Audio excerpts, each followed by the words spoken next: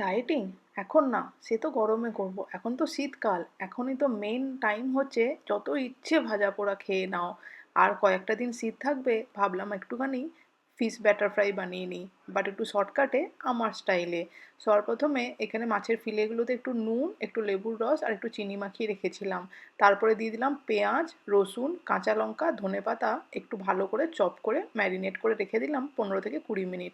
15-20 minute পরে একটুখানি cornflour আর তার সঙ্গে একটু ব্রেড ক্রাম্ব সব দিয়ে ম্যারিনেট করে একটা ব্যাটার বানিয়ে নিয়েছিলাম। কর্নফ্লাওয়ার, ময়দা আর তার সঙ্গে একটু নুন, গোলমরিচ দিয়ে জল দিয়ে একটু গুলে একটা ব্যাটার বানিয়ে এদিকে তেল গরম করতে দিয়ে দিলাম ফ্রাইং প্যানে। তেলটা ভালো করে গরম হতে দিয়ে দিলাম ব্যাটারের মধ্যে চুবিয়ে ফিশগুলো।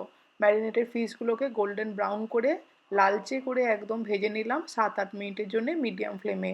এরকম ভাজা হয়ে যেতে তুলে রেখে দিলাম একটা টিস্যু পেপারের মধ্যে। এক্সট্রা অয়েলটা সোক আউট করে নর্মাল কেচাপের সঙ্গে